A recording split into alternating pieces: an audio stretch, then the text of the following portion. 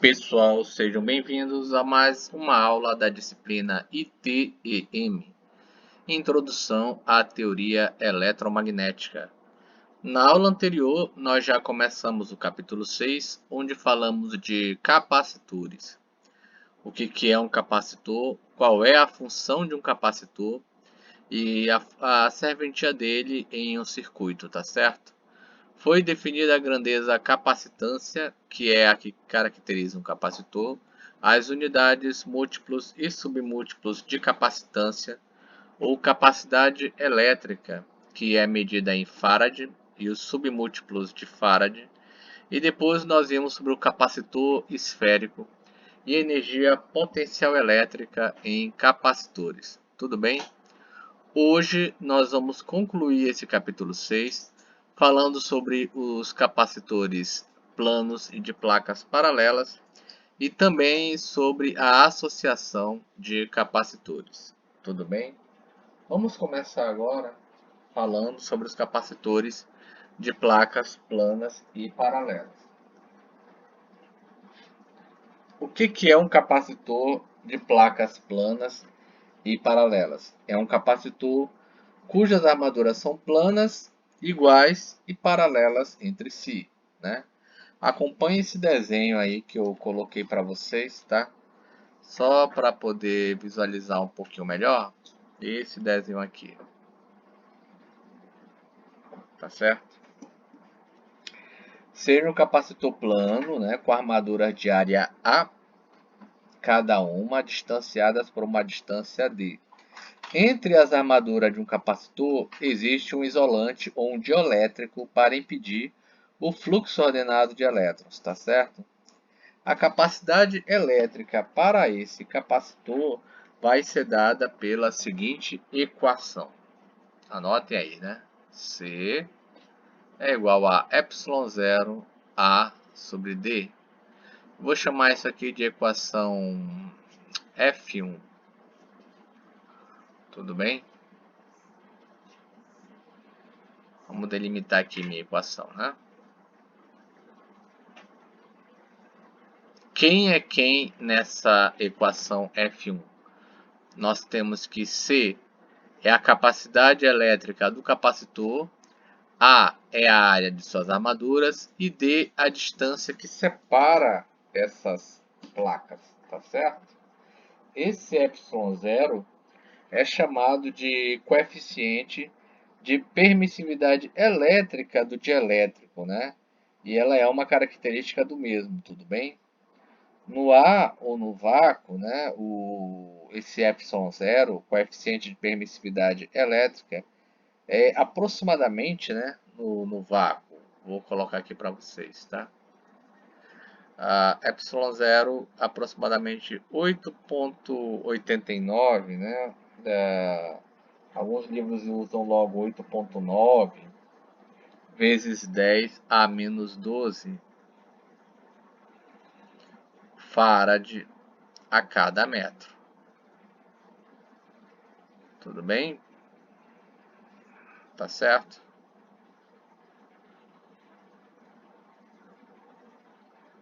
Eu também disse que quando estudou lá o capítulo 2, né, que quando aparecia a força lá na lei de Coulomb, F, que é K0, né, módulo da primeira carga, módulo da segunda carga, sobre o inverso do quadrado da distância, o que nós tínhamos, né? Que o K0, esse que aparece, ele nada mais é do que 1 sobre 4π ε0, tá? Faça essa conta aí, que nós vamos obter o nosso conhecido 9 vezes 10 a 9 Newton por metro quadrado. Desculpa aí. Newton por metro quadrado por Coulomb ao quadrado. Tá certo? Um outro valor, como por exemplo, se eu fosse pegar do papel, né? O papel, o K0 é aproximadamente, tá? 3,5 ε0. Tudo bem?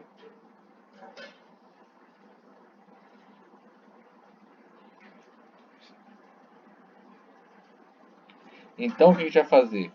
Entre as placas paralelas e eletrizadas de um capacitor plano, existe um campo elétrico uniforme E, tá? E fazendo as nossas devidas aproximações, o que nós já aprendemos antes, eu vou abrir aqui mais uma página, tá? Nós vamos ter que... Já aprendemos que U é igual a E vezes D, tá certo? E vezes D. Esse E não é o epsilon, não, é o próprio campo elétrico, né? A gente também aprendeu que C é igual a Q sobre U no início desse capítulo, tudo bem? E também aprendemos que C, acabamos de aprender, é epsilon zero A sobre D. Fazendo as devidas combinações dessas equações, nós vamos obter que o meu campo elétrico E, tá? Campo elétrico E vai ser igual a sigma sobre epsilon zero, tá? Sigma sobre epsilon zero, tudo bem? Chamaria essa aqui de equação F2, né? Onde esse sigma é justamente a densidade de carga superficial, tá? Sigma é igual a Q dividido por A, que está aqui a minha equação F3.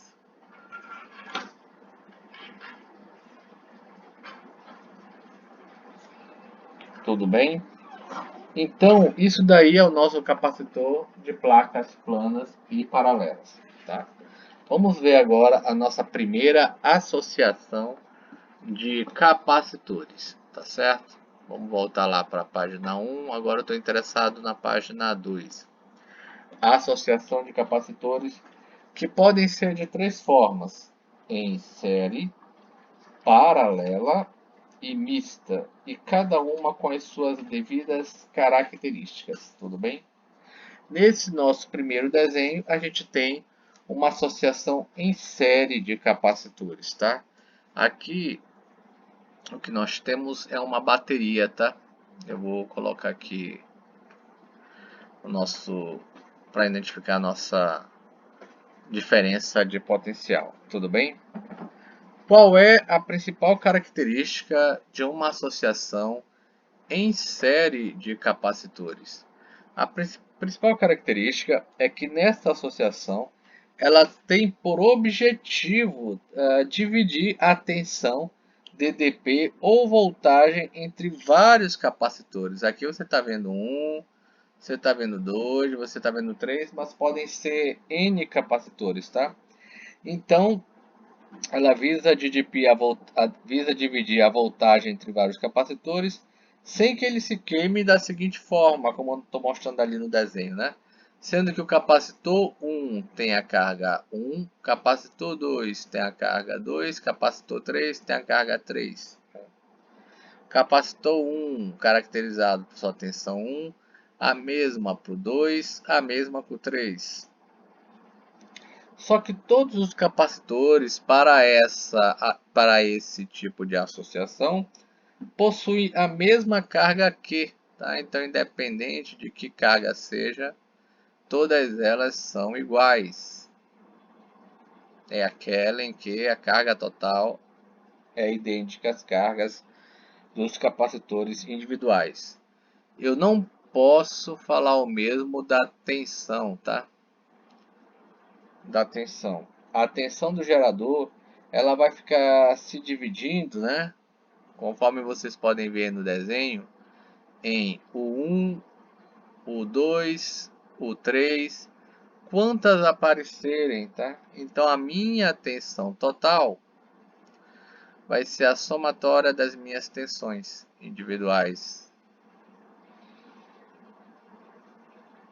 Tudo bem? Tensões individuais. O capacitor que nas mesmas condições, sozinho, equivale a todos esses que eu tenho aqui trabalhando, ó, eu volto a repetir, tá? O capacitor que nas mesmas condições, sozinho, equivale a todos, é o denominado meu capacitor total ou meu capacitor equivalente. O capacitor equivalente para essa associação deve ter, né, DDP igual, né, e quantidade de carga Q, tá certo? E a capacidade C, esta última, é obtida da seguinte forma, tá? Desculpa, quando eu falei DDP igual, é que é DDP igual a U, tá? É que a nossa equação geral, C que é igual a Q sobre U, vai ficar como C total, que é o C equivalente, é a carga total sobre a minha tensão total. Essa deve ser minha equação F4. Se não for, depois eu faço um grande resumo, tá? Então, aplicando a fórmula da capacitância nessa equação aqui, né? Quem é a tensão total? Aí é a tensão 1 mais a tensão 2 mais a tensão enésima. Tudo bem? Como eu sei que C é igual a Q sobre U, então U deve ser Q sobre C. Cancela Q porque todos eles são iguais. Q é uma constante. Eu vou obter 1 sobre C equivalente total é 1 sobre C1 mais 1 sobre C2 mais 1 sobre o meu C enésimo. Essa é a minha equação F5, eu creio, né? Tudo bem? Então, em termos práticos, se eu fosse resolver para dois capacitores em série somente, ó, exemplo, só dois. Tá aqui o meu primeiro, tá aqui o meu segundo capacitor, tá? C1, C2. E eu quisesse calcular o capacitor equivalente de ambos, como é que eu procederia? Jogaria nessa fórmula e usaria os extremos pelos meios, de tal forma que eu obteria C equivalente S1 vezes C2 sobre C1 mais C2. Tá certo? Pessoal, então é isso. Se tiverem para nosso primeiro tipo de associação dúvidas, utilize o Google Class ou o Ava, tá? E deixe lá seus respectivos comentários. Na próxima aula nós vamos ver a associação paralela e a associação mista de capacitores, concluindo aí esse capítulo. Então, bons estudos e até lá!